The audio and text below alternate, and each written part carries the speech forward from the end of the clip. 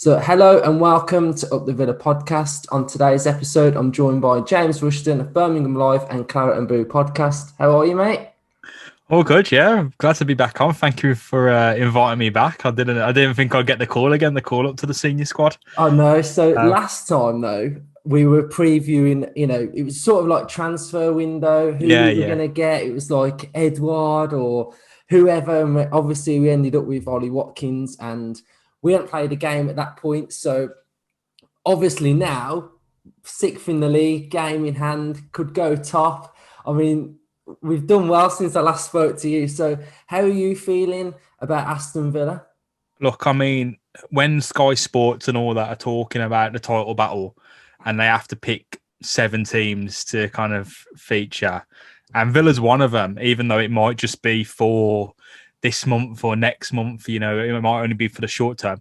It's exciting. Like, no matter where Villa finish, this start has been incredible and it shows the potential in this team. I think as football fans, and especially in these times, you have to enjoy what's happening now rather than thinking this has to be Europe, this has to be title challenge, this has to be the season. Enjoy what's happening because, bar the 2 losses and even the comeback against Southampton, fairly enjoyable watching them fight back.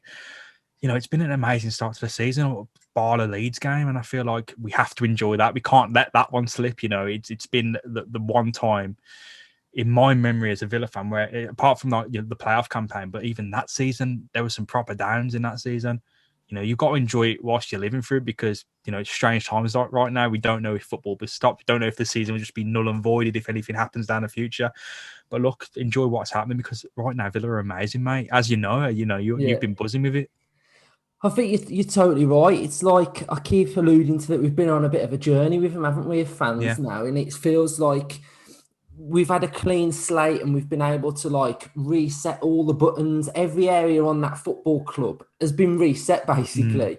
And it does feel really exciting. And obviously on my podcast, we're quite obviously very positive. So we're all absolutely buzzing. We get high when we're high and then we get a little bit low when we're low. So at the minute, it's absolutely, it's brilliant. So how far do you feel like Villa can go? Oh man, I would like to say,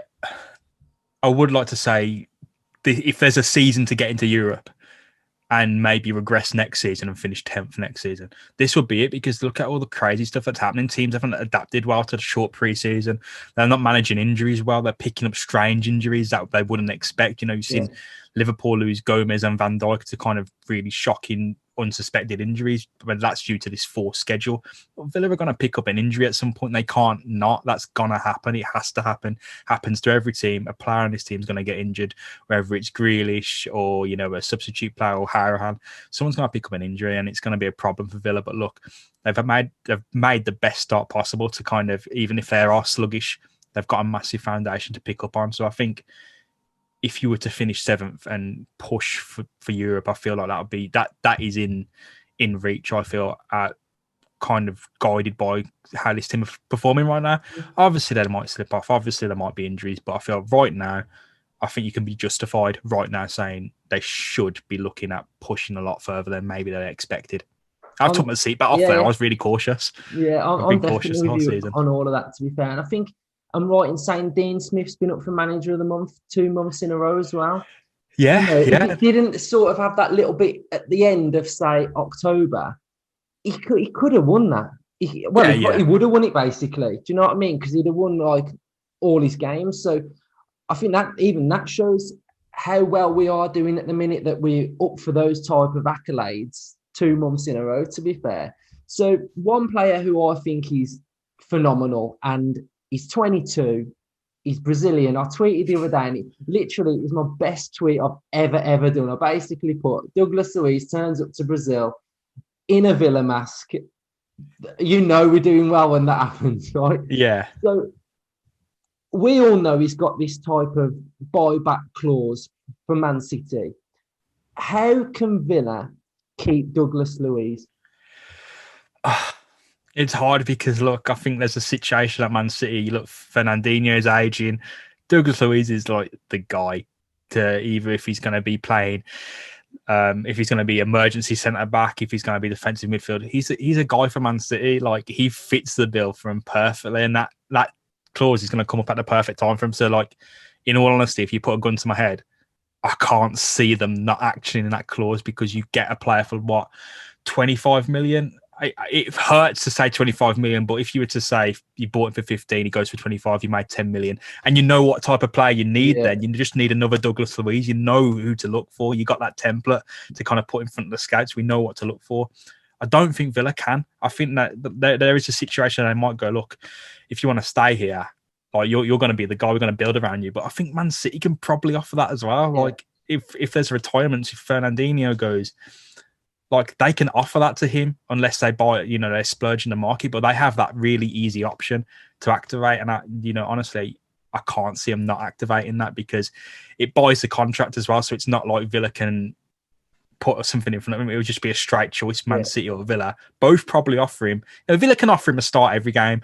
Man City will still have the scope to start him most games though. So it's a really tough one. But look, the positive of that is Villa will know exactly who they need to fill that hole. They have all they need, all the information they need to just find that role again. That's the tough bit. But they have, from Douglas Luiz's play, they know what they're looking for. Yeah. So it is a problem. It is a trouble.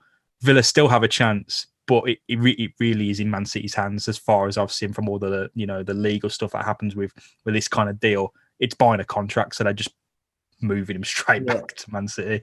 So there's no weird loopholes. And if Douglas Luiz wants to go to Man City, he was a Man City player. Yeah. Technically, this is like some kind of weird loan, isn't it? It's like a 2-year loan. But yeah, like, if Man City want him, he's going to be their player. There's not much that can stand in the way of that, unfortunately. But hey, he's a Villa player right now, and we've still got at least another season to look forward to, and long may that live. Definitely. So let's move on to our assistant coach / manager, John Terry. I would be really sad to see Terry leave. Do you know what I mean? I feel like we've got a good bond with Terry. He's embraced us massively, hasn't he? He came as a player, and he's learning his trade through Dean Smith. And to be fair, even he's been on a bit of a journey with Villa. Do you know? He's in Championship. He learned how to get out of the Championship. He's learned how to survive in the Premier League. He's learned a lot, and I think that when you look at some assistant managers and they start, I know, like Mourinho, Barcelona, stuff like that. They're starting at like the top end clubs. I feel like John Terry's learned his trade quite well. So where do you feel like Terry's at? Do you feel like this is the last sort of season we're going to have with him? Yeah, I feel like kind of hiring Craig Shakespeare was a big hint that Villa wanted to prep in case they lose someone. That assistant coaching team, in traditional sense, it's a bit bloated, isn't it? You wouldn't expect to have like 3-4 assistant coaches, including Neil Cutler. So it is a bit bloated. And I think when Shakespeare came in, everyone thought Terry's going to Bristol City. That didn't happen. Now Derby County, everyone assumes he's lined up for Derby County if they were to make a managerial change, being bottom of the Championship, waiting for a takeover to happen. I don't know. It's hard because, look, there is no shame in being an assistant manager for your entirety of your career. That is a very valid role. Yeah. I feel like Terry's probably looking at Frank Lampard and thinking, I maybe he's thinking, I know a bit more than Frank. I've got the experience. Yeah. If Frank's here, can I step up to that next level? And I feel like that's true, but is anyone going to take that chance? No. Is anyone going to take that chance in the Championship? Will he have to go to League One to get that chance? I feel like he's got a really nice role at Villa. There's a club that has taken him to heart. He's got a massive say in how he operates. Dean Smith doesn't just trust himself. He goes to his assistant managers and he goes to his players. Not many managers do that, so he's got a lot of trust. When you look at that team, it's not just Dean Smith, the manager. You've got basically 4 managers.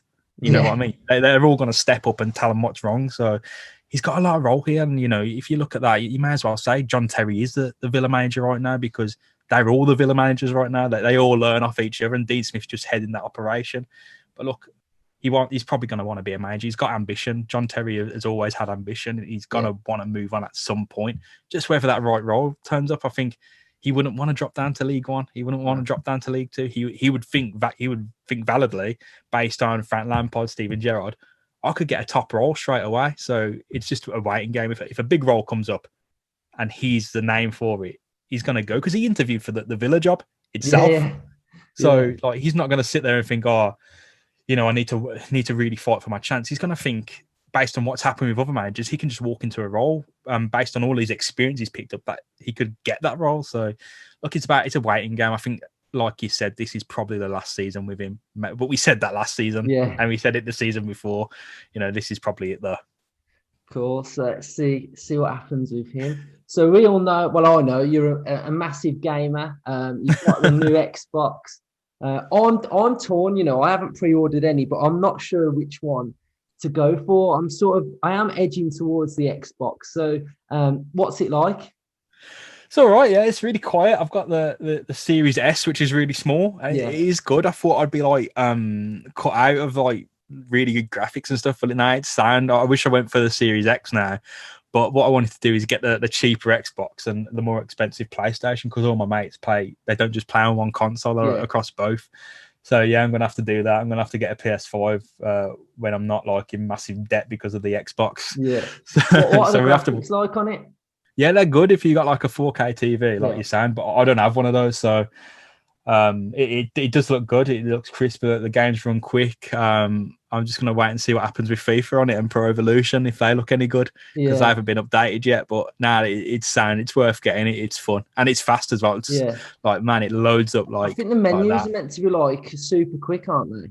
Yeah, like everything is just in an instant. Really? Like you're not waiting around. Like I've played the older version of FIFA, so it's still FIFA 21, but it's not been updated. It's like PS5 or Series X, but that loads. Like if you go on Ultimate Team, it's just like that. It's just you don't have to wait in the menus for ages. You're just gone. That's mad. I think I'm right in saying Football Manager's coming to Xbox, isn't it? Yeah. I don't know how that's going to work, man, because I've played it on Xbox when I was a kid, and it's a different game. Yeah. I couldn't imagine playing it on a console, but look, I think if it has all the same like menus, everything, it could be unreal. To be fair, yeah, like you know, if you've got a decent sized TV, you're just chilling and watching that, you got stats galore. You know, that's gonna be unreal. That is. So that's another reason why I think I'm edging towards the Xbox. So moving on then to Brighton. That's our next game. 3:00 kickoff on a Saturday. That's gonna be weird watching that. So what are your thoughts on that game then? Do you feel like we've got too much? Because when I did my predictions for this season, I actually predicted Brighton to sort of be a bit of a wild card. I just thought, you know, they'd go a little bit better than what they did last season. I think at times they play really good football. They passed us off the park at Villa Park last season. So I'm a little bit surprised to see them on the lower end of the table this season. So how do you see that game going? Brighton's tough because in my mind, they're very much like Southampton and Leeds. They play really good football, and like every match I've seen Brighton play, and must have seen 3 or 4 matches this season of Brighton playing. They've looked really good. They look good against Manchester United. They've looked good against really good teams, but they haven't got the results. I was really surprised when I looked at. I thought they'd be like 11th. They're down there, and look, there's not much separating them in league position from them and Arsenal or them and Man United. So, you know, it's a tough season for a lot of teams. So goes for Brighton. They just ain't getting the results. It's like Sheffield United. I don't think they've played awfully. They're like rock bottom with no points. So it has been a tough one. I think it could be a tough one for Villa as well. I feel like there's a few teams out there that do play good, like Leeds and Southampton, that do give Villa a good game. I feel like this could fall into that category. But when you're Villa, you're looking for greater things now, and you have to be saying to Villa, you've got to beat Brighton. And if you don't beat Brighton, you've got to win the next 2 games instead, like you did with Southampton. You've got to look to Arsenal and win. They should be beating Brighton, and you know that isn't a downer on Brighton. I think they're really, really good. But in terms of league position, in terms of where the direction the team seem to be heading, Villa are heading up there, and Brighton have stumbled a bit. So I've got to be looking for a Villa win. Definitely, I'm with you on that. I feel like I don't want to sound this. We've got to be beating them type of teams now. We've got to be going all out to beat those teams. And I think, obviously, we've been on a bit of an international break, you know, this week as well. And I feel like we're forgetting now how good we were against Arsenal. You know, going back to that game, they blew me away when I was watching them. You know, I just couldn't believe what I was watching at times. Where were you watching it? You were watching it at home? So I actually had it on the radio, and then I watched the highlights afterwards. But it was a sensational game. I think I had it on the radio, and the first goal was offside, I think. So I went downstairs celebrating that one. I come back up, and they're all talking about it being offside like 5 minutes later. And I was thinking, what's gone on there then? I watched it back. It was a bit. I saw it on Twitter as well. And it was a bit. I don't know. It was. I guess it's the rule, but like Villa were brilliant. Look, Arsenal are terrible as well. We can't. I think when you say that, Villa fans are like, but we were good. Yeah, we were good, but Arsenal were also very bad, and I think we made them look bad as well. We made them look worse. So we hammered them 3-0. I think it could have been more as well. Ollie Watkins absolutely on fire. Martinez and Jack Grealish combining for that quick counter. Grealish, it's what he's all about, isn't he? You know, it's like that run he did in the playoff semi-final like a few years ago against Middlesbrough, like just across the pitch in that black shirt.